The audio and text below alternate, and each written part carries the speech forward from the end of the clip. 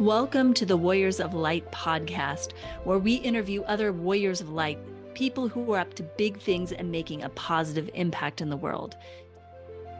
Ladies and gentlemen, welcome to the Warriors of Light show. I'm deeply honored and so excited for this conversation as I get to spotlight and share with the world one of my friends, and I'm just going to call you a mentor. We have had very little time actually being in the same space, but already I've learned so much from you. So, ladies and gentlemen, give it up for Stephen Young. It's good. It's so good. It's so good to have you here, and I'm really excited for this conversation because what I know about you is you are one of the true seekers on the planet, and as a seeker, you are one of the wisdom keepers that holds so much of the frequency and truth that the world is requiring right now for this next evolution. As we step into this new earth that is being established, like you are a code keeper, and you're sharing that with so many people. So I would love for you to share, just like take a moment and just we call this the unapologetic brag. Like if you could brag about you and what you've done and where you've been, like what do you want people to know about you? So at even a very young age, I remember when I was 5 and I saw some friends playing with me and someone in my family, my older brother, really, who's 5 years older, kind of cheated to win the game. And I remember having the distinct memory of like, he's probably gonna have a tough life.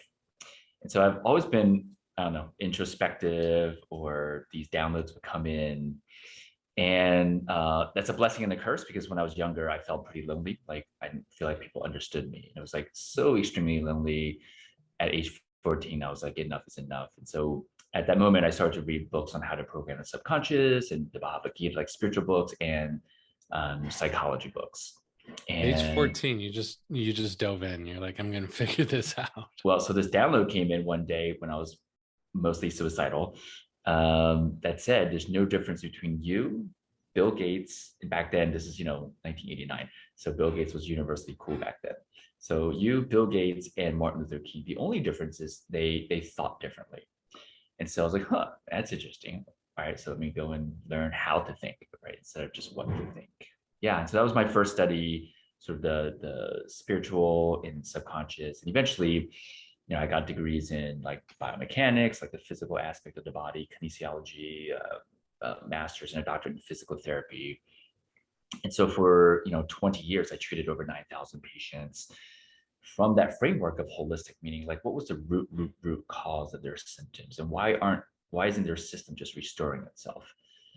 And from doing that and sort of seeing so many patterns, we eventually built something. We're building something that basically it's free. It's a free app that we are giving to the world that helps the population address, overcome, and step through the root causes of illness. So that's so, and during all of that, as you know, I've been on some spiritual journeys, some interesting missions to directly change the frequency of humanity, whereas the doings, the business, it's a if-then statement, right? I require this to do that, right? So that's sort of what I see in the 3D world.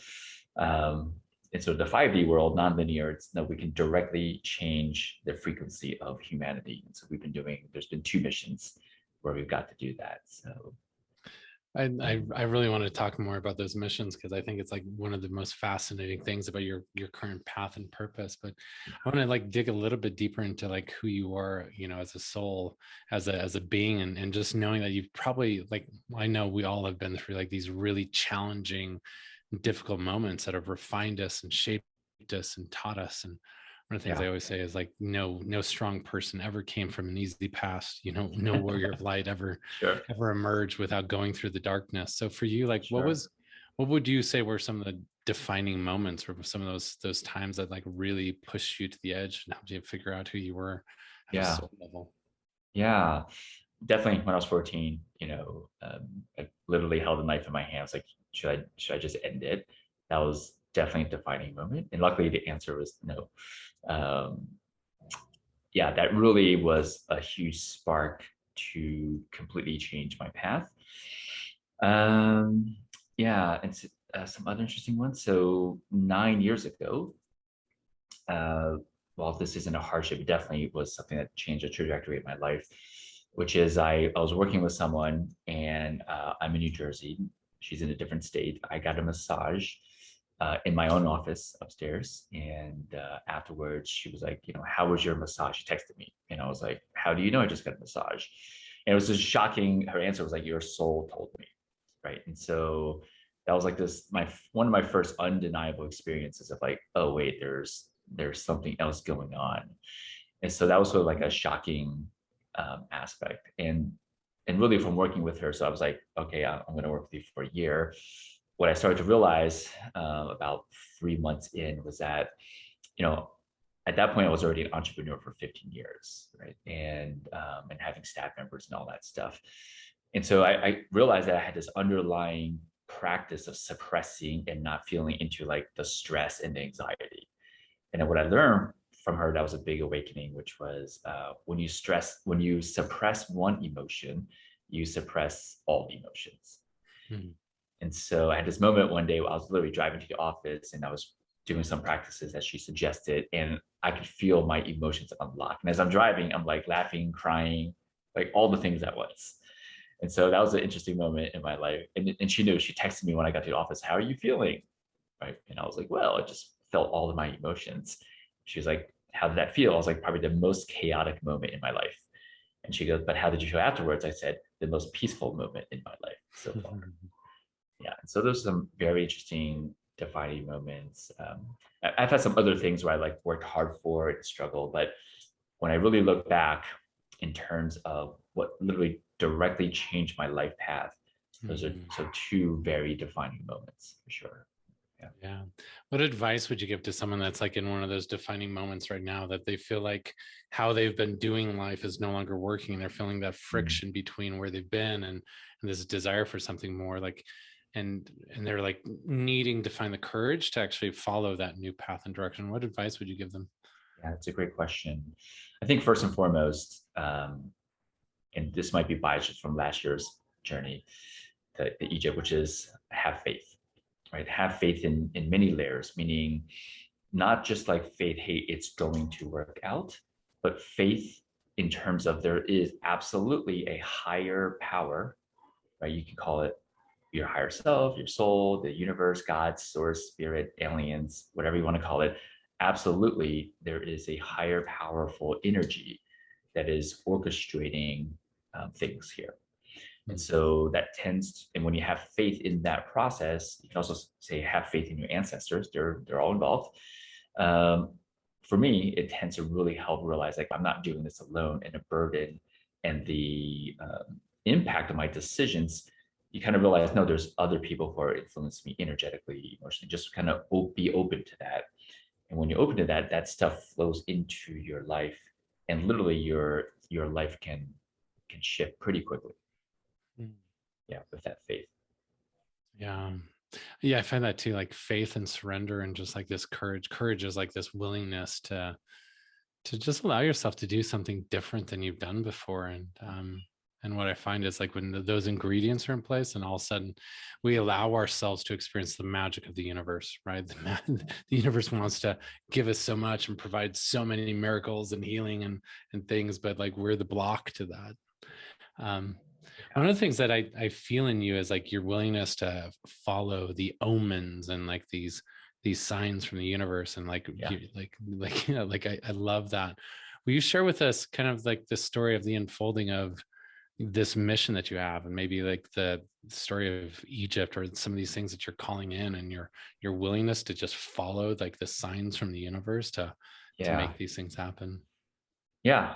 Like all things, everything works in rhythm. So there was a time where I didn't listen to my intuition, like, 30 years of that. And so I was always able to reflect back like, oh my God, if I would have just listened to that initial sign or initial knowing, actually the outcome would have been potentially better.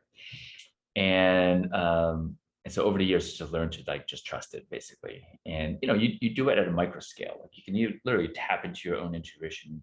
Like, do I want to put sugar in my coffee this morning? Just feel like what comes in, like without you trying to decide. And that's a great gateway to practice trusting the signs of the universe with intuition. And literally last year in May, this is before Egypt, that was November. So last year in May, I got this download to essentially leave my practice, my business, one of my businesses I had for 20 years in 2 weeks. So it wasn't like, take your time and exit. It was like leave it in 2 weeks. And sure enough, I followed that, told all my staff, took care of them. And sure enough, after I left, I was invited to Ibiza, then Montenegro. I went all over the world in the ensuing 7-8 months to meet exactly the people I was supposed to meet, to further serve humanity in ways that I couldn't because of, being still, attached to that previous business I had. And so, yeah. And, another example of the sign is in January of last year, I was on a bus telling someone about how 30 years ago, I had this vision where I was astral projected into the Great Pyramid. I had this knowing that I would someday take my physical body into the Great Pyramid to do something. I didn't know at the time in January what it was. And literally the guy next to me is like, that's what I do for a living. I've taken people into the Great Pyramid, into the King's Chamber to do ceremonies and things. And that was, again, for me, a clear sign like the universe or God or source wants that to happen this year.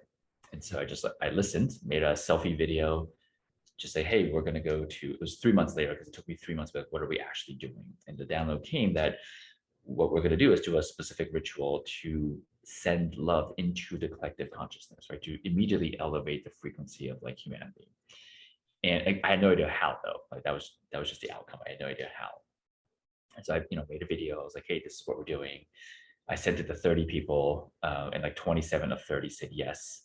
And then flash forward on November 11th at 1:11 a.m., we did a very specific ritual in the King's Chamber to send that love into the collective consciousness. And we had all kinds of signs, like physical signs, like biblical rain the next day where like scorpions came up, dead bodies came up. They were like biblical rain, like unusual rain. To people that we didn't even tell, like some of our light workers and some other spiritual people, like, did you just do something? Like they felt a shift. So we're getting confirmation that like the magic worked. And there was all kinds of other very synchronistic things happening that sort of show us like, okay, this is a thing, now continue, right? I was shown that was like phase one of a multi-phase process. And so, and this year, about a month ago, we were in Peru. And the intent of that mission was to further harmonize masculine and feminine energies, because the download I got was the disharmony between masculine and feminine not only has societal impact, but within our system, it's one way to look at it is your kundalini or your energy in terms of coming up and connecting to your higher self just has a much harder time traveling through your system when you have disharmony between the masculine and feminine. So yeah, so that was the mission about a month ago. And in that process of creating and like fulfilling on these like visions and these downloads that you're getting from the universe, like, are there moments that you doubt? Are there moments you like question? It's like, am I crazy? Is this actually gonna work? Like, and what do you do in those moments of doubt? Yeah, great question. Yes, there were absolute moments of worry and doubt. Like, I mean, Egypt was a great example. 3.5 weeks out from November 11th, I mean, I still had no idea how we were going to like elevate the consciousness of humanity. It's like that's like a much bigger thing than like, we're going to build an orphanage or we're going to go feed X thousands of people. Like, how do you actually elevate the consciousness of humanity? And so there were definitely moments like, oh my God, I've been having faith. I was questioning faith, basically. I was like, I've been waiting, like I just figured it would come. We're 3.5 weeks out. What if it doesn't come? And so when those moments come, what I do is I kind of tune into, again, my intuition, because that's really just my left brain doing its usual, my ego left brain doing its normal thing. And then when I tune into my internal self, the knowing is it's happening. Like, this has already happened in my timeline. We're just reliving it almost. And sure enough, literally within days of that, one of the attendees connects me to two people who basically gave us the instructions and the magical tools, like crystal swords with lasers and all kinds of stuff to perform the mission. So yeah. That's amazing. And I Yeah. hope everyone that's like listening, like hears what Stephen's talking about, is like this, on this path of purpose. Like we always we experience resistance, like we have to. There's a book called The War of Art by Stephen Pressfield, and he says this quote that like really has profoundly affected me. He says, on the resistance is the sign that we're on the path of our highest evolution.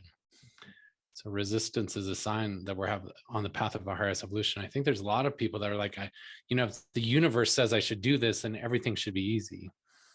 But then the resistance shows up. But the resistance doesn't, like my experience is it's not necessarily the universe. It's like our own like things that aren't quite fully aligned that are just showing up and revealing itself so that we can actually find our path back to that space of certainty and clarity and harmony within. And then when we do that, when we're able to surrender those parts of us that, aren't at the frequency of what it needs to be, then all of a sudden that's when the universe is like, all right, let's play, watch this. Yeah. Right? Oh yeah. But yeah, there's always this leap of faith and taking the inspired action, but then also this continued unfolding of faith as you lean into the uncertainty. Because anytime we're creating something we haven't created before, there's just massive uncertainty. And I think there's a lot of people that are trained, like we're trained to live in a world of certainty, even though it's actually a universe of uncertainty, Yeah, I think most people attach certainty to safety, right? If I know it, then I can control it. Therefore, less things can go wrong. Therefore, it's safer. And I remind people all opportunities exist in the mystery. Like you don't know it yet, because if you already knew it, it'd be a thing. Like all potential opportunities exist in the unknown, in the mystery. And so, and the other frame I like to share is when I say like the universe, in my internal being, we are the universe. There is no separation. So I think that's an important context, because I'll say the universe, but I don't want to impart this idea that the universe is there and we're here. We're literally the microcosm of the macro, right? So we literally are a universe, and so there is no separation. We need words for it to talk, 3D world. So. Yeah. And it feels like you've been on this massive, spiritual trajectory since you've kind of left your more, I would say your more 3D, version of the life that you were living not too long ago. What was a major catalyst that like thrust you on the spiritual path? I know that probably some of it's always been there, but there was obviously like something that pushed you forward. It's like, no, I'm committed to bringing more light to the planet and playing that role. Like, what was that moment for you that thrust you on the spiritual path? So I mean, I feel like I've been on that sort of spiritual path since I was young. But if I had to choose like a recent thing that really accelerated it, I mean, it would be that moment on the bus ride where I was telling the story of, 30 years ago, that vision. And then the person saying, like, in that moment, I was like, okay, like we're doing this, like we're fully going to commit to doing this. And so definitely in that moment, it was just this knowing, like, almost like there's no going back. And, I used to belong to all kinds of different groups and masterminds, and it'd be cool. Like we would go meet cool people and some of like famous people that are cool. And recently the knowing was like that phase of your life is done. Like you've done plenty of that.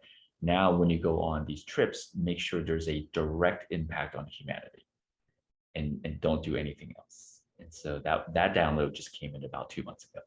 So, Yeah, I really, really appreciate that. I feel like that's always been a core focus with our Warriors of Light too. It's like really like, even like we do this experience at our Warriors of Light Summit. It's called the Soul Journey Ceremony. The whole purpose is to create this vortex of energy around love, like the love frequency, and just like broadcast it out so much. And there's power in that. There's Dr. David Hawkins, and in one of his books, he talks about the impact of our frequency on the planet. And huge. I don't remember the exact stat, but it's something like the person vibrating at the frequency of unconditional love counterbalances that 10 million.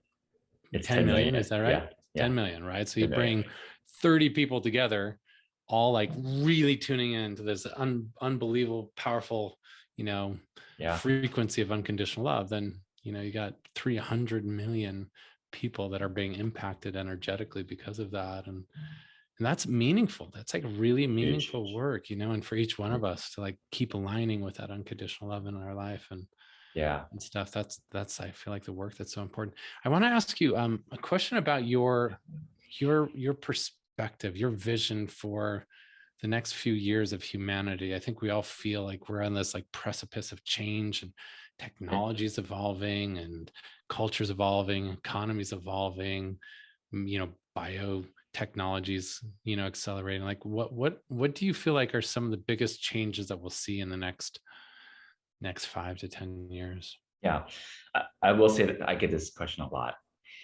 And so I've learned to give context before I answer this question, which is there is no defined time in the future, right? There's absolutely infinite possibilities going into the future. And so it really is dependent upon our vibrational frequency. One way to look at it is every possible variation of now is happening all at once. We're just experiencing, wherever you are, the listeners, that version, because their vibrational frequency is tuned into that frequency of that sort of parallel universe. However, when we shift our frequency, we can literally jump to other dimensions or other timelines. That's another way to look at it in a time and space perspective. So I just want to offer people that context, so that when I share what I've been downloaded, it may not be the future for you, right? Because we might actually go our separate ways and go into a different universe. And so I think that's important, so I don't like dictate people's future, because I'm not a big fan of that. So what I've seen is in the next couple of years, more and more people will continue to be harvested for their attention, right? More screen time will be in the virtual world instead of being on it, like in social media instead of being on social media. And we're starting to see, of course, the 3D business transactions that's making that happen. And so there will be a period of extreme separation like of human to their own inner self and their soul, and separation from human to human, separation from human to nature. But the beauty is everything works in rhythm, right? If we pull a pendulum to the right maximally and we let go, it's going to swing to the left maximally. And so what I see is in the next 3 to 5 years, it's the swing towards that separation, but then it's going to happen. It's going to let go. And in about 12 years, we'll start to see we're swinging towards complete wholeness and connection. So that's like the broad strokes overview. I see that there's going to be issues with like clean food. There already is issues with clean food. Most people don't realize. Like an interesting stat for anyone that's listening in the United States, compared to the EU, right, the European Union, if you live in the US, one individual is exposed to 1 million tons more pesticides than an individual in the EU. 300 million tons of extra pesticides were sprayed in the US compared to the EU. Those are alarming numbers that's not being talked about. And so these pesticides have tremendous biological impact. And so I don't see that decreasing in the very near future. And so there will be a little bit more chaos in sort of that food supply, food quality, water quality front. But again, all this is for the greater good, because it will swing the pendulum the other way. And so, and we just talked about before this, like people are starting to build their own communities where they have their own water supply, their own food supply. And so, and these communities are popping up everywhere. Like, I'm in a Facebook or a WhatsApp group where there's, I think, 100 members. There's another group of 200 members. These are all like community builders. And so these are happening worldwide. So we're starting to see the seed of that change, where eventually there'll be so many of these communities that know how to live in the other way, the non-plugged in, not poison, separated way. And then we'll start to swing the momentum towards that wholeness, that nature, like realizing we are at one with nature. We're not separate from nature, basically. Yeah. And what are the things in the future that personally excite you the most in terms of like what you see as changes in the way that we interact as humans and the ways where we, I guess, steward the planet differently? And I think we're transitioning away from a very transactional egoic interaction, right? We won't need I won't name any names, but we won't need any gurus or very popular people to listen to, right? Because that's a very transactional interaction and egoic based, no matter what. I don't care if you've done a million ego deaths. When you're in that space, there's a little bit, and that's not a bad thing, right? It's just what it is, right? Ego is absolutely necessary for us to be humans, right? And so what we're about to switch into is what I call containers of teaching, right? Where the environment is the teacher, right? If you look at indigenous tribes, the environment they live in, the forest, woods, the jungle, wherever, it's the teacher. The mountain is the teacher. The lake is the teacher. And so we are absolutely transitioning to that. Like I mentioned before, it's called everything that I'm working on. I ask one, can it affect at least 1 billion people? And if it's a yes, then I go, okay, do I love it? If it's a yes, then the third one is, can this be created into a container of teaching? Right. So there's no, human bottleneck. So it's coming. Yeah, that's amazing. Thank you for sharing that perspective. Yeah, It's fascinating as we watch, like, as we're emerging out of this like COVID era where like there was so much forced social isolation and so much of this like really like, because I study so much of psychology and hypnosis and NLP, like I just witnessed like this mass global hypnosis being like brought on people, and like it's always been there, but it's never been just so transparent. And to see the divisiveness carried from that, and it's interesting because it feels like we're on this transition of this other change now that some of that drama from those couple of years has died down, and now there's like this shift in the economy, and there's a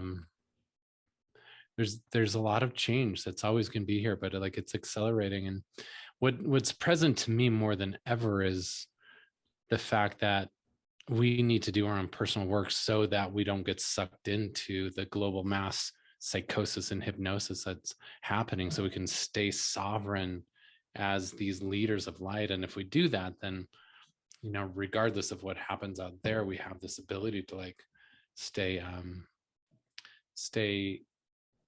clear on our purpose and stay activated in the way that we're meant to live our life. And when we do that, everything works out, even if it's different than we expect. I would love for you to share, like, in bringing life to some of these big goals, these big visions, these big changes, like what is your process for quote unquote manifestation or achieving goals? Like what's the way that you take an idea and inspiration that you have and actually bring it to life in the real world? Because you're working on some huge projects, and I would love to hear just what your process of creation is. Yeah, that's a great question. And from Peru, we actually distilled out a formula on manifesting. But before the formula, I want to go over some groundwork. I call it foundational work, which is I love this exercise where you just kind of write down I am, like I am smart, I am strong, I am resilient, I am whatever. So you make a column of all of your I ams, and then make another column and write the opposite of whatever that word is. If you're strong, then it's weak, right? If you're resilient, maybe like you're fragile. And what it does is it starts to reveal the full you, because when you are attached to being strong, when you pick up that strong coin, the heads is strong, but the tails is weak, and it comes with it. You can't not have the weakness come. And so what ends up happening is most people's resistance in life, why they're not manifesting their desires, is because the shadow side, which isn't, again, it's not bad, it's just unseen. The shadow side of all of their I ams is manifesting as well. You just don't realize it, right? And so, and I'll give you an example of this. Like if someone has like, I'm a good problem solver, you must create problems in your life to solve, right? That's the only way you can fulfill that. I'm a healer. You must attract wounded people. You must create wounds in yourself to be a healer. And so it's very helpful to kind of discern both sides of every I am. So I recommend doing that first and foremost. Just be very clear on multidimensionally who you are, basically. And then from there, we can now talk about the formula. So it's a three-part formula. The first part is have faith, right? Come from a knowing as opposed to a desire. And we can explain this through Hawkins's work, where desire is 125 on a scale, and knowing, which is sort of like this acceptance, logic, reasoning, that's like 350 in that scale. And keep in mind, these numbers are logarithmic, right? So let's just say if it's 350, 125, that's 225 more zeros. That's how much power, intensity, and energy when you conceptualize something from a place of knowing as compared to something of desire. And desire sells really well. Most of our marketing is placed through that energy of desire. And again, another important element of that is that's below 200, which Hawkins says exists in the absence of truth, right? Which is huge. So step number one, faith, come from a place of knowing. Step two is non-attachment, right? You're not attached to when, how, what, or certain resources needed, because any attachment to any of those takes the energy that you're manifesting with and literally gives it to those attachments, the time, the resource, the energy. That's less energy that's going towards the actual thing. Right? So second step is non-attachment. And the third step is transmutation. You basically want to identify what are some potential things that would block this from manifesting.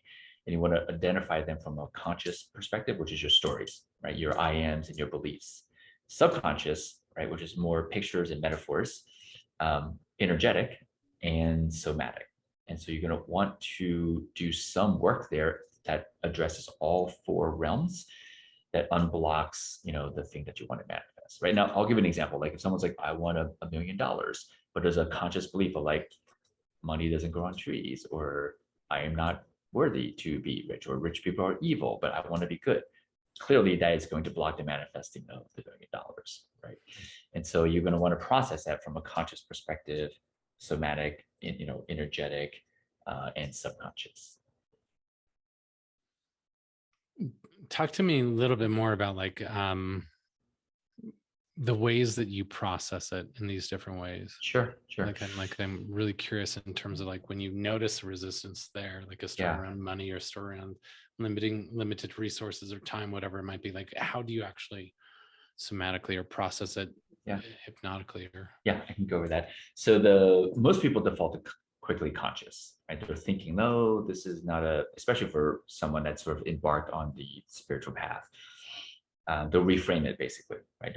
And some of them might even identify like a root story. Lion Goodman's incredible person that has taught, I think, thousands of coaches to do that for belief change work. You could use DeMartini's depolarization process. Those are all really good ways, basically, to the conscious layer. The subconscious layer, for sure, hypnosis. One of my favorite processes in these subconscious layers called the wholeness process. It's effortless. It requires no stories because that would be conscious. And it will process and transmute and release the energy subconsciously, somatically, and energetically. Right? Yeah, fascinating. And we could totally even do that if it takes 10 minutes, maybe less. Yeah, let's do that. I think that would be an amazing experience for everyone to have. If we could walk through the wholeness practice, that would be incredible. Sure. Yeah, I can sort of walk through it nonstop linear, but typically during the actual facilitation, you would pause, you could give people time to sort of work through, but I'll walk through it nonstop, and you could literally, people will be able to like just pause and process and then go on. So that way we won't take up too much time. So essentially, identify a specific situation, a scene in your life where you're like, oh, I get it. I feel that. I just call it resistance. And that resistance could be, anger, loneliness, frustration, resentment, whatever emotion that you're like, I'm ready to let this go. Right? So I just call it in general resistance. So you identify the resistance that's specific to that situation. Then you just feel into it, feel into that resistance, and identify, is it a 10, like the most intense possible? A 0 is none. Like where is it? It's like a 6, 7, 8, 5, what number it is. And then from there, you do a process where you feel into your own unique awareness of yourself and your own unique awareness of the all, the universe. And so in that process, typically you start to become aware of your body. Then you expand your awareness to the room. You expand it to the city, the state, the country, the world, the galaxy, the universe. and trust that however you're experiencing it is unique to you and everything is perfect the way it is. And if there's any stories coming up, like, oh, this must mean that I am this, just like meditation, welcome them in and don't interact with them and just welcome them out. And trust that this process is completely effortless and requires no stories or no meanings, no processes. And so once you feel your unique awareness, then you come back to your own body awareness and ask your body, where is this feeling? Let's pretend it's anger. Where is this anger? Is it inside my body or outside of my body? And then you ask that question. And then once the answer comes, let's pretend it's inside my body, go, where is it? And let's say it's in the shoulder. So then you sense into the shoulder, like what's the color, the shape, the size, the density, the shiny or dull. Just get a 3 to 5 qualities about that object, right? No stories. It doesn't mean like, in other words, like if you see red, you go, oh, that must be very angry because it's red and not blue. None of that matters. So if those thoughts come, let them go, right? There's no thoughts required. And so once you're sensing into that, you're going to notice, where is the perceiver? Right? Where's the camera in your mind's eye that is actually seeing this object in the shoulder? Is it here? Is it here? Is it here? Wherever it is, that's basically the aspect of your ego that is attached to that energy. And so once you locate the perceiver, you sense into that. What's the color, shape, size, same process as before. And once you have 3 to 5 of the qualities sensed, you then invite it. You say, I invite you to completely and fully dissolve into the expansive awareness, right? It's an invitation to this bigger part of yourself to merge with source, basically, right? To not be separate anymore. And if it's a yes, then it dissolves and you'll feel it. You'll feel this very strong, typically energetic sensation. It could be weak for some people. I shouldn't say it's typically strong. So you'll feel something and you'll trust your system. Once it's 100% complete, then you go back to the original feeling, the anger, in this case in the shoulder, and you also invite it to completely and fully dissolve into the expansive awareness. And if it's a yes, then allow that to happen. And then once you do that, you just check back in. You go, let me step into that original scene where I felt the anger. And basically what you'll feel is it's whatever number it was, it's now either like somewhere between 2 to 0. Mm-hmm. Yeah. So it's a super simple process. And the more that people practice this, the faster you can do it. I can, after just a week of practice, you can do the entire process in about a minute to 2. And so what that means is if there's actual real time, like, ooh, something just happened, you feel quote unquote triggered, like basically emotions are coming up. In that moment, you can actually be doing that whole process and then just dissolving it energetically, somatically, subconsciously. Yeah, it's powerful. Again, I didn't create it. It's called the wholeness process. It's by Conor Ray Andreas, who's like one of the top NLP experts who studied, learned from Bandler and Grinder. And so, and I love this process because it's actually a combination of NLP and Eastern philosophy and Tibetan wisdom and all that stuff. So I'm a huge fan of like bridging things, East and West, new and old, whatever. Yeah, that's great. Like I studied quite a bit of NLP, so I see like the NLP components, but then it's also fun to see all these other elements infused and just like beginning with that concept of wholeness, ease, flow, and grace, like this idea that I think a lot of people get stuck in the idea that healing's hard, and I see a lot of people get stuck in, I call it the healing trap, where they're like, I need to go resolve all of my childhood wounds. But the more they focus on their childhood wounds, the more it digs up more childhood wounds. And because they're so committed to the healing, they're committed also to the brokenness, and they dive so deep down there. I've seen people get lost down the healing trap for years and feeling like they're doing work because emotionally they're releasing things, but they don't realize that they're actually still putting more energy into the problem and this idea that there's something broken. Yeah. This is a huge topic. Whenever I run experiences, I talk about this, which is, and I kind of alluded to it earlier, which is if you're on the path of healing, you must create wounds, right? Just imagine if there's no time, what that happen, when you're like, I want to heal, you must, go back to previous moments and create these wounds because we're divine beings, we get to do whatever we want. And so, that's a huge thing for people. That I typically recommend the way we spell cast, the path that we choose is a never ending path. And some people stay on the same path for their whole lives without realizing you can change your path at any moment, right? So you can switch.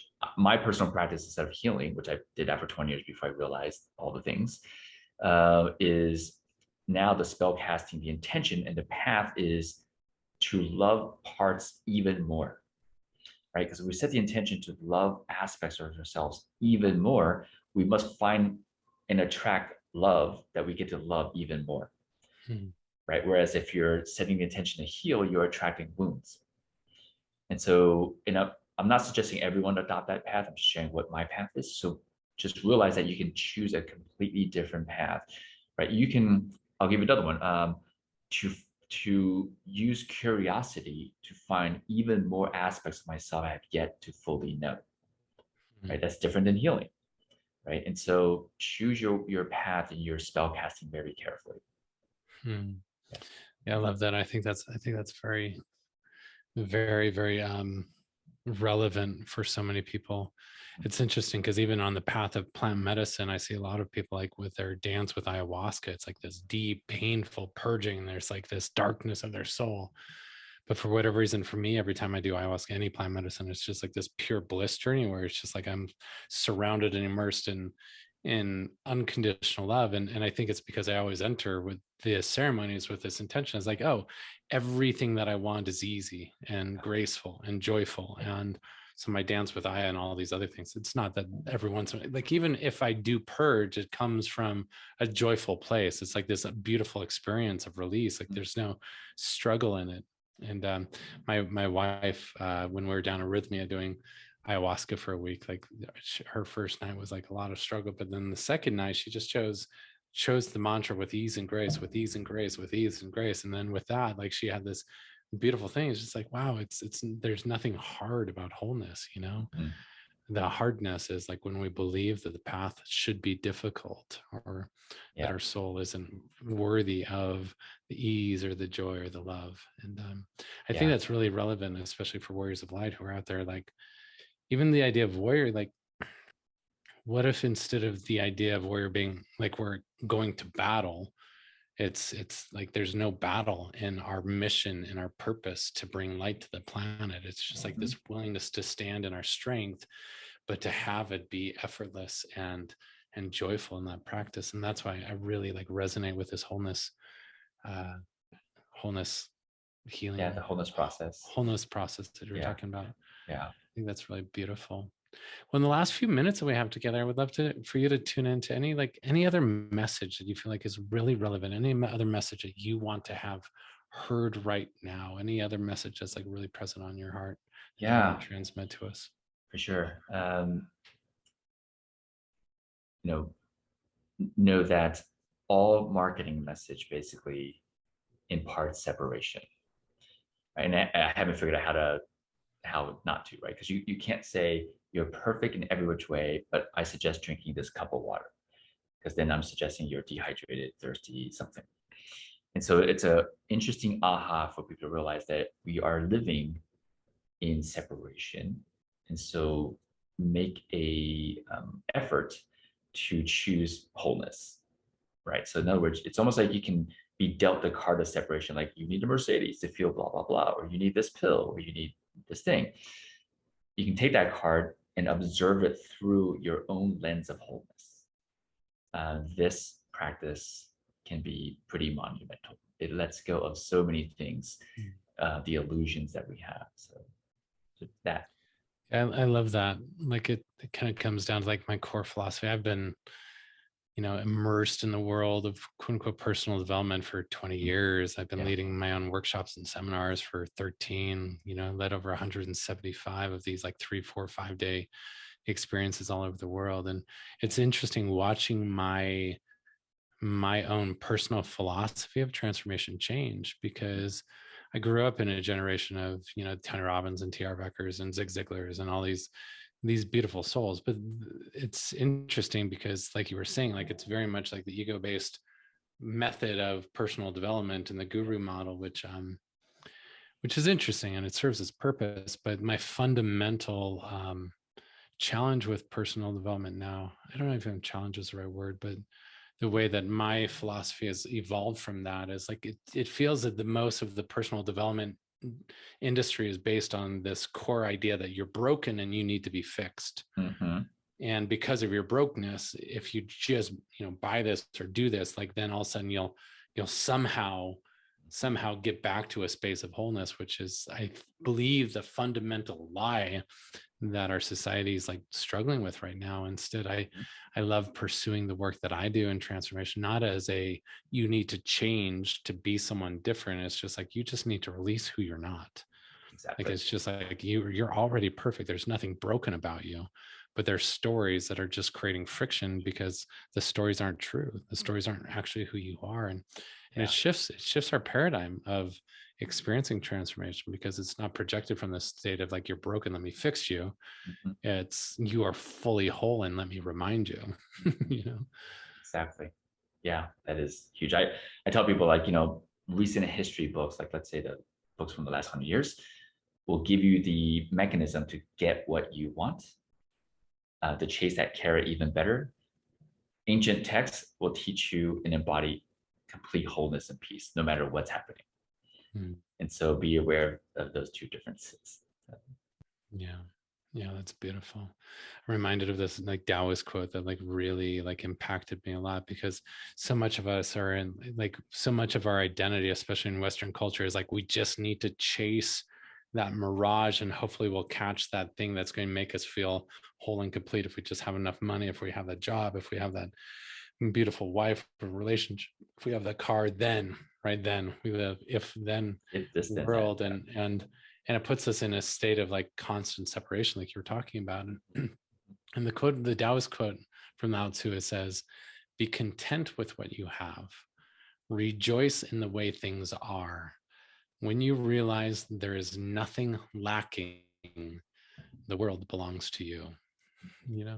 And this message of like, hey, there's nothing lacking, there's nothing broken, and we come to the space of like full gratitude for what is, and it's also opens up our soul to create what might be.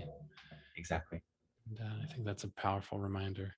Well, beautiful for people that are like, man, I love this Steve Young guy. I want some more of this Stephen Young. What's the path for them? Like, what would you offer to them that want to immerse themselves more fully into your world and what you're creating? Yeah, I would suggest, if you want like content, my website, so dr.drsteveyoung.com. I, since COVID, made one of the courses free, which is called Wisdom Words. It's basically how do you spellcast to have a much more influence over your own reality, like how to discern words very carefully. So they can get that. If not, find me on social media. So social media is more on the fly, whatever's being downloaded. Sometimes I'll type it or do a live video. The website's more curated, like structured courses and all that stuff. So yeah, either one. Beautiful. So everyone do that. And thank you for joining us for this Warriors of Light show. And just remember, for each of you, the world needs your light more than ever. They need your strength. They need your truth. So let your voice be heard. And just remember, this is your life. Make it legendary.